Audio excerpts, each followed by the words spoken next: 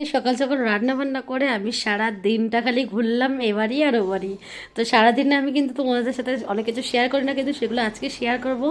আর আমি সারাদিন কিভাবে ভাইদের সাথে মজা করে চলি সব কিছু তোমাদের কাছে দেখাবো। ভিডিওটা শেষ পর্যন্ত দেখবে, আশা করি তোমাদের খুবই ভালো লাগবে। তো রাধে রাধে, সকলকে জানাই আমার চ্যানেলে অনেক অনেক স্বাগত। আশা করি আপনারা সকলে খুব ভালো আছেন, আর আপনাদের গোপালের আশীর্বাদে আমিও ভালো আছি। তো আজকে ব্লগটা স্টার্ট করলাম সকালবেলা। দেখো গোপালটি বাল্যভোগ দেওয়া হয়ে গেছিলো, তারপরে দুধ আর বিস্কুট দিয়েছিলাম ভোগে। আর এদিকে রান্নায় আজকে কী করছি দেখো, মটরশুঁটি আলু ভাজা করছি, বেগুন পোড়া করব, তারপরে হচ্ছে তোমার ডালের বড়া করব, আর মটরশুঁটি আর টমেটো দিয়ে ডাল করব। তো আজকে বেশি কিছু রান্না করছি না, একদম সিম্পল রেসিপির উপর রেখেছি। আর তোমাদের হয়তো সাউন্ডে একটু অসুবিধা হতে পারে, পাশে আমাদের মন্দিরে কাজ হচ্ছে, তো সারাদিনই এরকম আওয়াজ হচ্ছে। তো যখনই ভিডিওটা করি না কেন এরকম আওয়াজটা পাবেই তোমরা, তাই জন্য দেরি না করেই ফেললাম ভিডিওটা। আর এদিকে দেখো বেগুনটা পুড়িয়ে নিচ্ছি, আর এদিকে ডালটাও কিন্তু সোমবার দেবো, সিটি মারা হয়ে গেছে।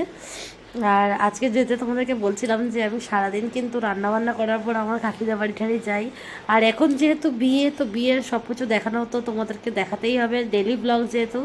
তো আমাদের বাড়ির থেকে সামনে থেকে শুরু করে একদম ওই আমাদের বাবার বাড়ি অবধি সবটুকুই প্যান্ডেল হয়েছে, আর সবটুকুই ভিডিও কিন্তু তোমাদের সাথে যে শেয়ার করবো বলে আমি চলে এসেছি। আর আমরা ভাই বোনে মিলে কিন্তু খুব মজা করি, কিন্তু সেই মুহূর্তগুলো হয়তো তোমাদের সাথে শেয়ার করি না, কিন্তু আজকে কিন্তু শেয়ার করে দিলাম, যেহেতু ওরা বলেছে ভিডিওটা কিন্তু তুই ছাড়বি আর কোনো কথা কাটিং করবি না। বললাম ঠিক আছে, কোনো অসুবিধা নেই। তো সবটুকুই ভিডিওটা আজকে তোমাদের সাথে শেয়ার করে দিলাম, জানো তো।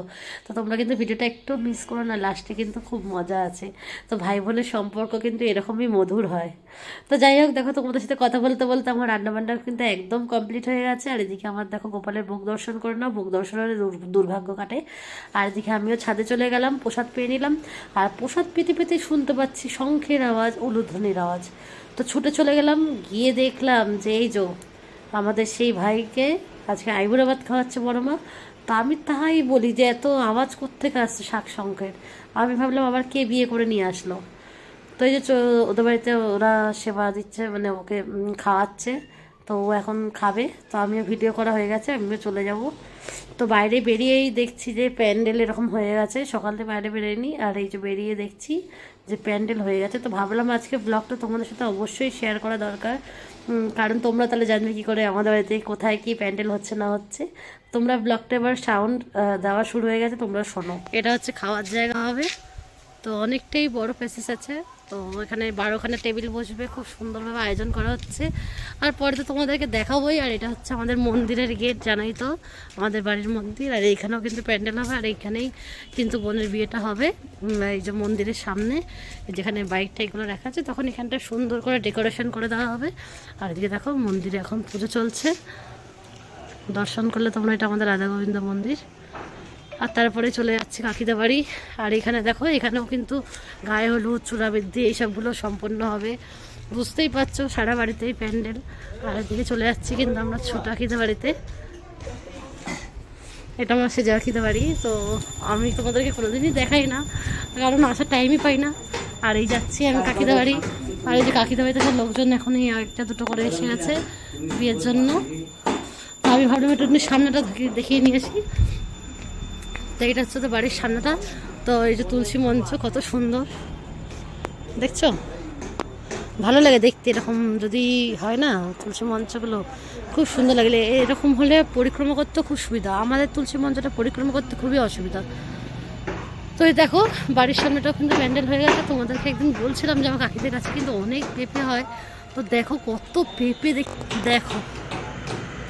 আর এদিকে দেখো আমাদের কাকিদের এই যে এটা বাড়ি। আর এদিকে এই সামনে জায়গাটায় কিন্তু কি কি হবে এখন আমি বুঝতে পারছি না। বরযাত্রীটা আসলে মনে এখানটা বসতে যাবে মনে হচ্ছে। আর এদিকে বাড়িতে লোকজন এই যে এই দোকানটা একটা টিয়া রেস্টুরেন্ট, কেউ ভুল করে যাবেন না, মানে বোনের নামে রেস্টুরেন্ট আর দিদির নামটা দেয়নি। এরা পুরো হ্যাঁ তো ফোনটা দিতে হবে। এই আমার মনে নেই সত্যি। দেখো এই পচা বাঁধাকপি রোল খাইয়ে আবার টাকা চাইছে, কোনো লজ্জা সরম, মানে বাঁধাকপির চাউমিন।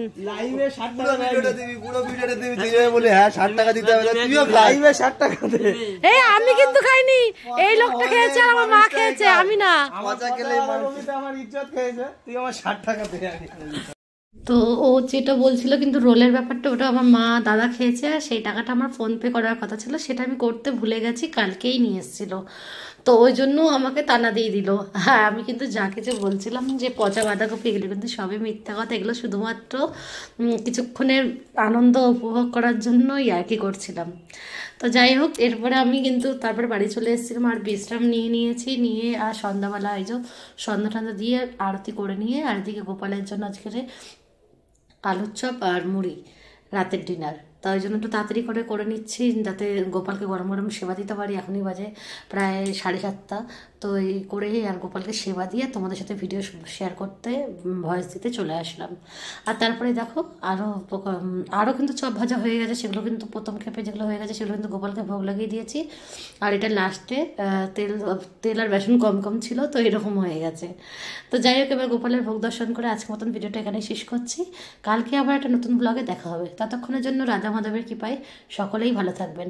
রাধে রাধে, শুভরাত্রি।